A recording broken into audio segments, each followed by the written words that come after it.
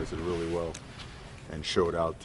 As far as the team here, the 2019 Oregon Ducks, we had practice number 3 yesterday. We got in pads, and certainly what we expected, a very physical day. And we worked just about every first and second down situation imaginable, in both in unit work as well as in team situations. But we put our hand in the ground up at the line of scrimmage, worked half line, worked full line 7-on-7 drills, 9-on-9 run drills, worked a lot of 5-on-4 pass rush, 2-on-2 pass rush, 1-on-1 DBs and wide receivers, 2-on-2, worked tight ends and running backs against the linebackers and safeties. We really we tested the guys yesterday and we pushed. And certainly they did a really nice job competing. That's probably the thing that stands out the most right now. Guys are really getting after it. Not perfect. We had officials out here. We had a few penalties, but certainly the physicality of it, I think, is very evident after a second year of strength and conditioning. And we came back today and we lifted heavy. And we met and had our walkthroughs, and we have meetings tonight.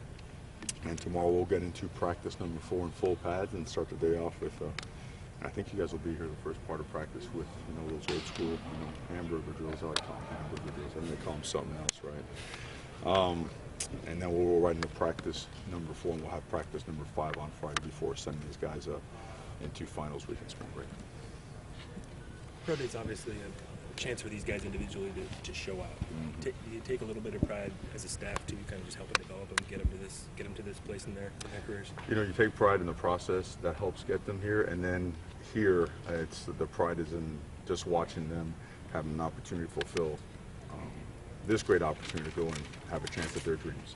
And watching the way these guys have developed, the way they handle themselves in front of the scouts, whether it be a question and answer period, a panel interview, certain drill work as it relates to their position group, the ball drills, some of the big guys. It was great to see Jalen and Justin hauling in a couple passes. That was, probably should use them as a goal line tight end, but for them just to watch what they continue to develop into and knowing that their best football is ahead of them, it's awesome. It really is. Ugo looking, he was such a key in that nickel spot for you. And it seems like in the NFL, that's a spot that's really the contract Tyrann Mathieu just signed. Just the fit there. What was the process of identifying him at that spot and then seeing him thrive at that spot? Oh, that's easy. That's open your eyes. You open your eyes and you watch the way that guy, he can read and react. And certain guys have a certain level of foot and body quickness and suddenness that is just unique, and he is that.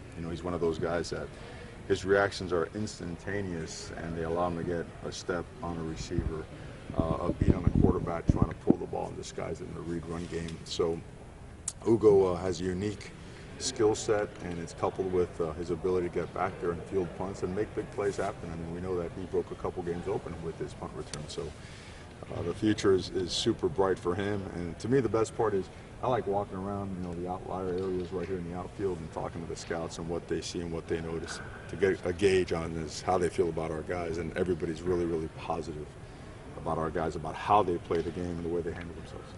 A lot of these guys are going to get a chance to play on Sunday, but what's your advice to the guys that it might not be in the cards for them as far as just encouraging them to keep pursuing their dream? Well, it's never a guarantee, but as long as you have an opportunity to pursue it, you pursue it as hard and as long as you can. Remember, I was that guy that chased it and got cut and went out to NFL Europe and went out to NFL Europe again. I mean, till I was just about banned from going to a camp. That's how hard I chased it, because it's the only opportunity to do it.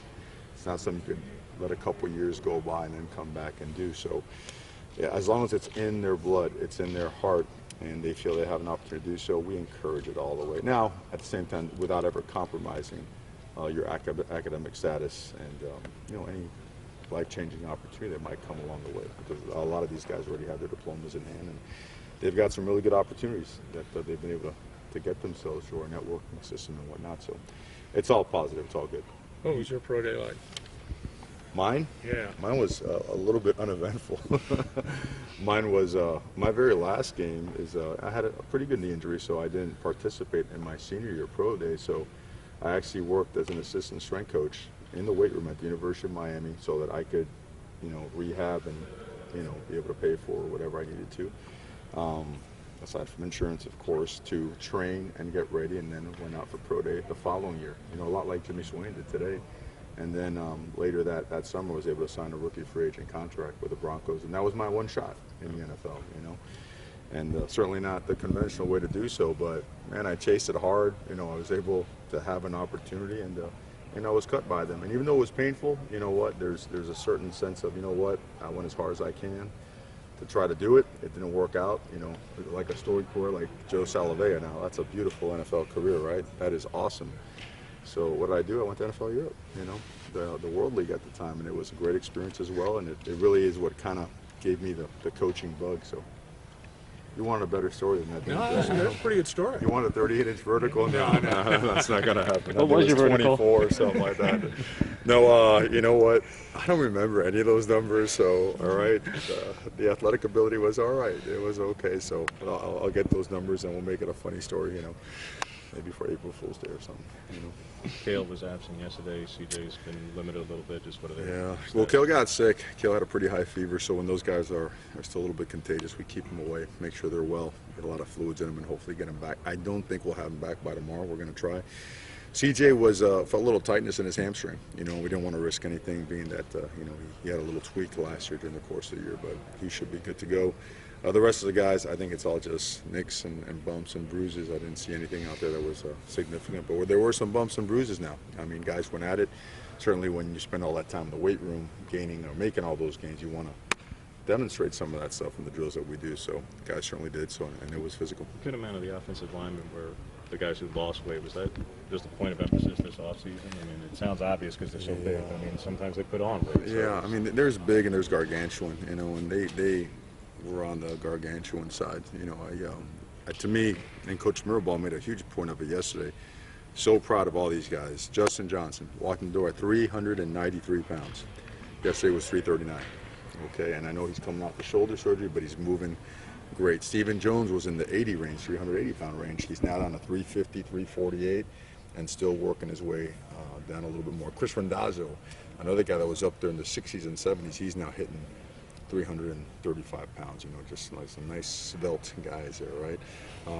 Panay's a 340, 344 guy, but he runs and holds it extremely well, so he stays there, you know. And Dawson has always been a guy that has, you know, maintained a, you know, pretty good shape, and so we're going to leave him always. He's about 315, 318.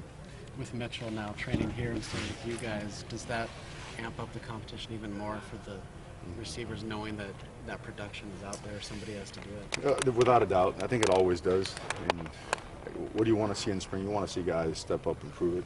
For us, this has been a camp mentality. You know, we've made it a big point of emphasis that spring ball here is very important. This is not a passing of the time. This is not a, well, let's do a few things and get ready for the fall. No, this is complete 100% camp mentality.